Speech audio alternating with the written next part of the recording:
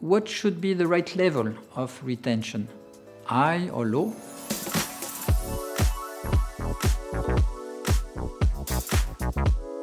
Retention is the amount of insurance liability in pro rata for participation with the reinsurer, or loss in excess of loss for indemnity of excess of loss by the reinsurer, which an insurer assumes or retains for its own account. In pro rata contracts, the retention will be a percentage of the policy limit for quota share, but the retention will be an amount of a line in respect of surplus treaties. In non-proportional treaties, the retention can be an amount, the priority, or it could be a percentage in case of a stop loss. Now the question is, what should be the right level of retention?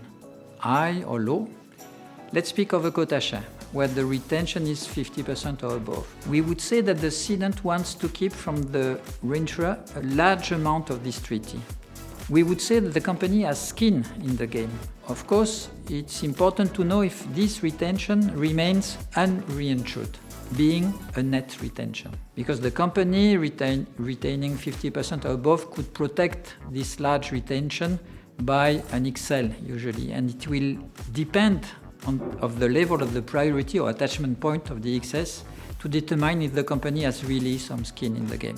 On the opposite side, the company having a retention of only 5%, it would mean that the company wants to cede as much risk as possible to the reinsurer. And it could make sense if it is a new line of business where the company needs to learn its way and needs a big support from the reinsurer.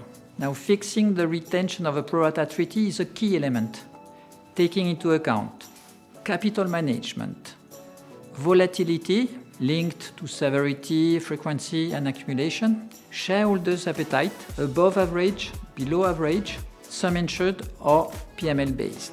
In case of a surplus treaty, the retention is expressed differently as a line, and the cession is expressed as a number of lines. In this case, you may also have a table of retentions where you will allow more capacity to certain lines of business, depending on the quality, and retention line remaining the same.